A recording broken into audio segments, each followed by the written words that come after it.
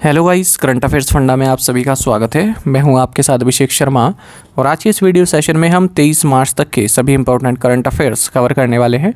हमेशा की तरह आप इस वीडियो को अंत तक जरूर देखिएगा, आज भी आपको काफ़ी कुछ जानने के लिए मिलेगा। सेशन की शुरुआत करने से पहले आप सभी को बताना चाहूँगा, यदि आप हमारी daily current affairs PDF, weekly PDF, monthly PDF और हर महीने के banking and economic awareness PDF चाहते हैं तो करंट अफेयर्स फंडा का 1 ईयर मेंबरशिप प्लान आप ज्वाइन कर सकते हैं, जिसका लिंक आपको वीडियो के डिस्क्रिप्शन में या फिर फर्स्ट कमेंट में मिल जाएगा। आपको बता दें, इस 1 ईयर मेंबरशिप प्लान के तहत जितना भी हमारा पीडीएफ कंटेंट है वो हम आपको 1 साल तक के लिए प्रोवाइड कराते हैं, जिसे आप डाउनलोड कर सकते हैं, प्रिंट आउट भी निकलवा सकते हैं। इसके लिए चाहे तो आप करंट अफेयर्स फंडा ऐप को यूज़ कर सकते हैं या फिर अपने लैपटॉप या सिस्टम की मदद से वेब लॉगिन भी कर सकते हैं। कोई भी आपका एग्ज़ाम हो, जैसे एसएससी, रेलवे या फिर बैंकिंग, सब के लिए हमारा ये कंटेंट काफ़ी यूज़फुल है। और दूसरा आपको बताना चाहूँगा, बैंकिंग अवेयरनेस का कोर्स हमने भी लॉन्च किया हुआ है और सभी लेक्चर्स इसमें अपलोडेड हैं। न केवल आपके बैंकिंग मेंस एग्जाम, बल्कि अगर आप बैंकिंग इंटरव्यू देते हैं, जैसे IBPS PO, SBI PO, RBI grade B या फिर अन्य किसी बैंक में, वहाँ पर इंटरव्यू में जो आपसे बैंकिंग क्वेश्चंस पूछे जाते हैं वो भी आपके इसी कोर्स में कवर हो जाएंगे। साथ ही साथ SSC, रेलवे, स्टेट PCA जैसे एग्जाम्स में इंडियन इकोनॉमी के की कंसेप्ट्स पर क्वेश्चन बार बार पूछे जाते हैं। जैसे GDP पर क्वेश्चन आपसे पूछ लिया, 5 ईयर प्लान पर क्वेश्चन पूछ लिया, types of poverty, types of unemployment और inflation, deflation, stagflation, share market पर क्वेश्चन पूछा जाता है, कैपिटल मार्केट पर, और आपका RBI से संबंधित क्वेश्चंस पूछे जाते हैं। ठीक है, वो सब आपके इसमें कवर हो जाएंगे। Different types of economic curves, अलग अलग डेफिनेशंस होती हैं, इकोनॉमिक्स टर्म्स होती हैं, वो सब इसमें कवर की गई हैं। साथ ही इंश्योरेंस सेक्टर एग्जाम्स के लिए मटेरियल इसमें प्रोवाइड कराया गया है और इस कोर्स की वैलिडिटी 1 साल की है। डेमो वीडियो लेक्चर्स और डेमो PDFs भी प्रोवाइड कराए गए हैं, ताकि आपको एक आइडिया लग जाए कि किस तरह कंटेंट हमने आपको इस कोर्स में प्रोवाइड कराया है। तो दोनों ही कोर्सेज 1 साल की वैलिडिटी के साथ हैं और आपको हमारी करंट अफेयर्स फंडा ऐप पर मिल जाएंगे। फिर भी अगर आपका कोई डाउट रहता है हमारे किसी भी कोर्स संबंधित, तो हमारा कस्टमर केयर नंबर है 8448169188। इस पर आप व्हाट्सएप करें या फिर कॉल करके भी जानकारी प्राप्त कर सकते हैं। तो चलिए फिर करते हैं शुरुआत इस वीडियो सेशन की। सबसे पहले क्वेश्चन ऑफ द डे से शुरुआत करेंगे, जिसका आंसर आपको कमेंट बॉक्स में करना होता है। पूछना है कि फुदम पक्षी अभ्यारण्य कहाँ स्थित है, where is Fudam bird sanctuary. Option है गोवा, नागालैंड, लक्षद्वीप या फिर Dadra Nagar Haveli and Daman and Diu. तो जल्दी से आप आंसर कर दीजिए, फिर हम आगे बढ़ते हैं। और इसी तरह के क्वेश्चन यदि आप प्रैक्टिस करना चाहते हैं तो हमें टेलीग्राम पर जरूर ज्वाइन करें। करंट अफेयर्स फंडा नाम से हमारा टेलीग्राम चैनल है।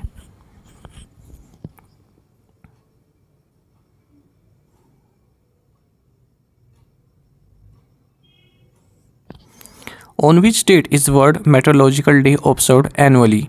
विश्व मौसम विज्ञान दिवस प्रतिवर्ष कब मनाया जाता है। ऑप्शंस आपके सामने हैं और सही आंसर ऑप्शन बी है 23 मार्च। देखिए, हर साल 23 मार्च को वर्ल्ड मेट्रोलॉजिकल डे मनाया जाता है। क्यों मनाया जाता है? क्योंकि 1951 में जो वर्ल्ड मेट्रोलॉजिकल ऑर्गेनाइजेशन है, ठीक है, मतलब 23 मार्च 1950 में वर्ल्ड मेट्रोलॉजिकल ऑर्गेनाइजेशन को इस्टेब्लिश किया गया था। और जो वर्ल्ड मेट्रोलॉजिकल डे है वो अगले साल यानी कि 1951 में इस्टेब्लिश किया गया। ठीक है, इस संस्था का स्थापना तो हुई कब? 1950 में, और ये डे मनाना शुरू कब किया गया? 1 साल बाद 1951 से। वर्ल्ड मेट्रोलॉजिकल डे 2025 का थीम रहेगा closing the early warning gap together. जो ये वर्ल्ड मेट्रोलॉजिकल ऑर्गेनाइजेशन है, इसका हेडक्वार्टर्स जेनेवा स्विट्जरलैंड में है। कई बार एग्जाम में आपसे पूछा जाता है। तो atmospheric science, climatology, hydrology, geophysics, ठीक है, इस पर यह कार्य करता है globally. Who has been appointed as the executive director at the Reserve Bank of India? भारतीय रिजर्व बैंक में कार्यकारी निदेशक के रूप में किसे नियुक्त किया गया है? राइट आंसर ऑप्शन डी है Indranil Bhattacharya. Reserve Bank of India ने इंद्रनील भट्टाचार्य को एग्जीक्यूटिव डायरेक्टर अपॉइंट किया है। As executive director Bhattacharya department of economic and policy research को देखेंगे। Which Indian university secured the top position in the QS World University Rankings by Subject 2025? किस भारतीय विश्वविद्यालय ने विषयवार QS World University Ranking 2025 में शीर्ष स्थान हासिल किया है? ऑप्शंस आपके सामने हैं। सही आंसर ऑप्शन डी है Indian school of mines university Dhanbad. Indian school of mines university Dhanbad, इसने टॉप पोजीशन हासिल की है। अगर हम भारत की बात करें, मतलब सभी भारत इंस्टीट्यूट्स में इसने टॉप पोजीशन हासिल की है। Quacquarelli Symonds world university rankings by subject 2025 में सब्जेक्ट के हिसाब से रैंकिंग जारी की गई है। 79 इंडियन इंस्टीट्यूट्स इस बार इस रैंकिंग में अपनी जगह बना पाए हैं। 15th एडिशन रहा है QS world university rankings by subject का। Indian school of mines university Dhanbad, ये 20th रैंक पर है globally engineering, mineral and mining के क्षेत्र में, ठीक है, हाईएस्ट परफॉर्मिंग सब्जेक्ट एरिया है देश का। इसके बाद फिर Indian institute of technology Delhi, ये इंजीनियरिंग एंड टेक्नोलॉजी सब्जेक्ट में, और Savita institute of medical technology sciences, ये डेंटिस्ट्री सब्जेक्ट में 26वें रैंक पर है दोनों ही, IIT दिल्ली भी और ये सविता इंस्टीट्यूट भी। Indian institute of management Ahmedabad इस 27वें नंबर पर है बिजनेस एंड मैनेजमेंट स्टडीज़ में, सब्जेक्ट वाइज रैंकिंग है ये। IIT Bombay, IIT Kharagpur, university of Delhi, ठीक है, इनके यहाँ से 29 एंट्रीज गई हैं इस 2025 रैंकिंग में। इनमें से IIT बॉम्बे स्ट्रॉन्गेस्ट परफॉर्मर रहा है, 12 सब्जेक्ट्स की इम्प्रूवमेंट इसमें देखने के लिए मिली है। 9 इंडियन यूनिवर्सिटीज़ एंड इंस्टीट्यूशंस ये वर्ल्ड की टॉप 50 में अपनी जगह बना पाए हैं QS सब्जेक्ट वाइज रैंकिंग में, और इसमें जो है 533 एंट्रीज़ प्राप्त हुई 79 इंडियन यूनिवर्सिटीज़ से, जबकि लास्ट ईयर 424 एंट्रीज ही प्राप्त हुई थी। अच्छा, इसमें 5 ब्रॉड एरियाज़ में जो है मतलब रैंकिंग दी गई है। जैसे आप देखें, इंजीनियरिंग एंड टेक्नोलॉजी में 24 इंस्टीट्यूशंस अपनी जगह बना पाए भारत की ओर से। उसके बाद सोशल साइंसेज में 20, नेचुरल साइंसेज में 19, आर्ट्स एंड ह्यूमैनिटीज़ में 10 और लाइफ साइंसेज एंड मेडिसिन में 6 इंस्टीट्यूट अपनी जगह बना पाए हैं भारत की ओर से। US यूनिवर्सिटीज़ डोमिनेट करती है रैंकिंग को, 32 एकेडमिक डिसिप्लिन में इन्होंने अपनी जगह बनाई है। हार्वर्ड यूनिवर्सिटी ये स्ट्रॉन्गेस्ट परफॉर्मिंग इंस्टीट्यूशन रहा है, इसने टॉप स्पॉट हासिल किया है 15 सब्जेक्ट्स में, ठीक है। इसके बाद फिर जो है MIT आती है, और चाइना में जो है highest number of new subject entries इस बार रही हैं। Who top the medal tally at the Khelo India winter games 2025, Khelo India शीतकालीन खेल 2025 में पदक तालिका में शीर्ष स्थान किसने हासिल किया? राइट आंसर ऑप्शन ए है आर्मी। देख सकते हैं आर्मी, फिर हिमाचल प्रदेश, फिर लद्दाख, फिर महाराष्ट्र, फिर तमिलनाडु। तो खेलो इंडिया विंटर गेम्स 2025 ये 5th एडिशन था इन गेम्स का, और लेह लद्दाख में शुरू हुआ था ये जनवरी 23 में। Chief minister of Jammu and Kashmir Omar Abdullah ने मास्कोट भी जारी किया था स्नो लेपर्ड, और 2 फेजेस में हुआ है। पहला फेज लद्दाख में हुआ 23 जनवरी से 27 जनवरी तक, उसके बाद second phase Jammu and Kashmir में हुआ 9 मार्च से 12 मार्च तक। इंडियन आर्मी ने टॉप की है मेडल टैली, 7 गोल्ड और 4 सिल्वर और 5 ब्रॉन्ज जीते हैं। हिमाचल प्रदेश दूसरे नंबर पर रहा, लद्दाख तीसरे नंबर पर रहा है। Arvind Singh Mewar who passed away recently was a descendant of which Rajput king? Arvind Singh Mewar जिनका हाल ही में निधन हो गया, किस राजपूत राजा के वंशज थे? ऑप्शंस आपके सामने हैं, सही आंसर ऑप्शन है महाराणा प्रताप। अरविंद सिंह मेवाड़ ये जो रॉयल फैमिली ऑफ मेवाड़ के मेंबर रहे हैं, चेयरमैन रहे हैं HRH ग्रुप ऑफ होटल्स के। उदयपुर में इनका निधन हुआ। ये राजपूत किंग महाराणा प्रताप के वंशज थे। 21 साल की उम्र में इनका निधन हुआ। और कुछ ऑबिचुरी देख लेते हैं। जाने माने ओडिया पोइट और पद्म भूषण अवार्डी रमाकांत रथ, इनका भी निधन हो गया है 91 की एज में। Former Indian allrounder Syed Abid Ali, इनका भी निधन हो गया 83 की एज में। 29 टेस्ट मैच इन्होंने भारत के लिए खेले हैं, 47 विकेट्स लिए हैं।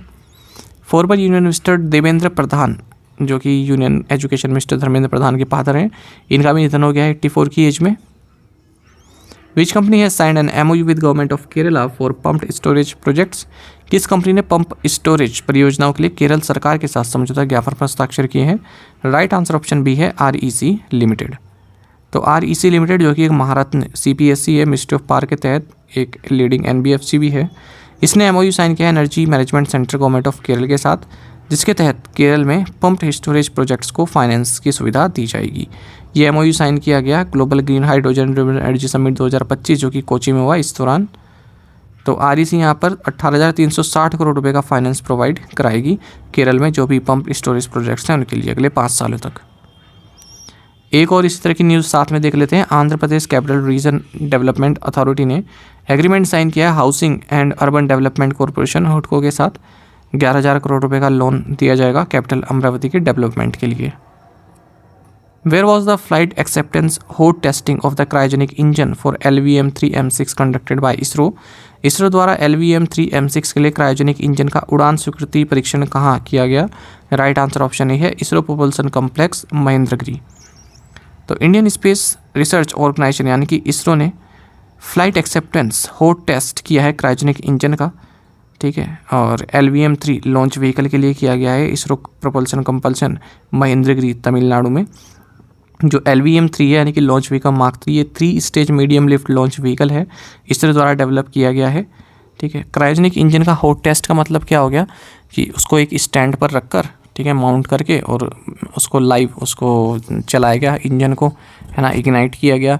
जिस तरह से परफॉर्म कर रहा है वो देखेगा ये सभी पैरामीटर सही है, उसके बाद उस इंजन को यूज़ किया जाता है। आप ऐसे समझ सकते हैं जैसे बाइक को स्टैंड पर लगाकर किक मारकर उसको हम रेस दे रहे हैं, ठीक है, चेक कर रहे हैं कि सही चल रही है, रेस की आवाज़ सही आ रही है, इस तरह से एक्सीलेटर सही चल रहा है, स्मूथ चल रहा है। What were the two satellites involved in ISRO's space docking experiment? ISRO's space docking experiment SpaceX de-docking process। ISRO के space docking experiment D docking प्रक्रिया में कौन से दो सैटेलाइट शामिल थे? सही आंसर ऑप्शन है SDX-01 chaser and SDX-02 target. देखिए, इंडिया ने एक मेजर माइलस्टोन प्राप्त किया है स्पेस टेक्नोलॉजी में। इसने सक्सेसफुली डी डॉकिंग की है सैटेलाइट्स की, स्पेस डॉकिंग एक्सपेरिमेंट सैटेलाइट्स की। तो देखिए, जो डी डॉकिंग की गई है, ये दो सैटेलाइट्स को अलग किया गया है। पहले एक थी, इनको अलग किया गया है। तो कौन कौन सी? SDX-1 चेजर और SDX-02 टारगेट, इन दोनों सैटेलाइट्स को डी डॉक किया गया, अलग किया गया। इनको एक साथ लॉन्च किया गया था 30 दिसंबर 2024 को polar satellite launch vehicle PSLV C60 से सतीश धवन स्पेस सेंटर श्रीहरिकोटा से। अच्छा, और जो इनकी डॉकिंग हुई थी, ठीक है, वो 16 जनवरी 2025 को हुई थी, यानी कि एक साथ मिल गई थी ये 16 जनवरी को। अब इनको अलग कर दिया गया है और इस तरह का कार्य करने वाला भारत चौथा देश बन गया था, चाइना, रशिया, यूनाइटेड स्टेट्स के अलावा, जिसने स्पेस डॉकिंग टेक्नोलॉजी को डिमॉन्स्ट्रेट किया था। SpaceX सैटेलाइट्स, इनको डेवलप किया गया था UR राव सैटेलाइट सेंटर के द्वारा। What is the name of the 32-bit microprocessor developed for space applications by ISRO? ISRO द्वारा अंतरिक्ष अनुप्रयोगों के लिए विकसित 32 बिट माइक्रो प्रोसेसर का नाम क्या है? राइट आंसर ऑप्शन ए है विक्रम 3201 एंड कल्पना 3201। इसरो का जो विक्रम साराभाई स्पेस सेंटर है और सेमीकंडक्टर लैबोरेटरी चंडीगढ़, इन्होंने जॉइंटली 32 बिट माइक्रो प्रोसेसर विकसित किए हैं, जिसके नाम है विक्रम 3201 और कल्पना 3201। स्पेस एप्लीकेशंस के लिए यूज़ किए गए हैं। विक्रम 3201 ये first fully Indian made 32 bit micro processors है और हार्श इन्वायरमेंटल कंडीशन में भी यूज़ किया जा सकता है लॉन्च व्हीकल्स में। कल्पना 3201 ये 30 बिट स्पार्क V8 यानी कि scalable processor architecture version 8 micro processor है। What is India's revised economic growth forecast for fiscal 26 according to OECD? OECD के अनुसार वित्त वर्ष 2026 के लिए भारत का संशोधित आर्थिक विकास पूर्वानुमान क्या है? राइट आंसर ऑप्शन सी है 6.4%। जो organisation for economic cooperation development है OECD, इसने इंडिया की जो इकोनॉमिक ग्रोथ फोरकास्ट है फिस्कल 26 के लिए यानी कि 25-26 के लिए वो 6.4% कर दी है, पहले जबकि इन्होंने 6.9% बताया था अपने दिसंबर आउटलुक में। फिस्कल 27 के लिए यानी कि 26-27 के लिए इन्होंने 6.6% कर दी है, पहले 6.8% बताई हुई थी। फिस्कल 25 यानी कि 24-25 के लिए इन्होंने ग्रोथ 6.3% बताई हुई है, जबकि नेशनल स्टैटिस्टिकल ऑफिस ने 6.5% बताई हुई है। टू द पॉइंट क्वेश्चंस और उनके आंसर्स देख लेते हैं। When is the world kidney day observe? तो ये जो सेकंड थर्सडे आता है मार्च के मंथ में, उस दिन मनाया जाता है। इस बार 13 मार्च को मनाया गया। थीम रहा are your kidneys okay, detect early, protect kidney health. What does CR stand for in CAR-T cell therapy? Ceramic antigen receptor. Which is the most valuable company in India by market capitalization in 2025? Reliance Industries Limited. Zafar Express, which was headed to Peshawar from Quetta, was recently hijacked by Baloch Liberation Army. Moody's rating said India's economic growth will exceed 6.5% in the next fiscal, up from 6.3% this year. To the point questions देखेंगे, इनका answer आपको अभी करना है comment box में। Where is Bhitarkanika wildlife sanctuary? When is the global recycling day observed? Which state is known as घड़ियाल state of India? Who launched the new mobile application for candidates to access the Pradhan Mantri internship scheme? Which country assumed chairmanship of bay of Bengal intergovernmental organisation at the 13th governing council meeting Male Maldives? In 5 questions के answer आपको करने हैं। साथ ही हमें Telegram पर जरूर join करें। Current affairs funda नाम से हमारा टेलीग्राम चैनल है। Thank you guys.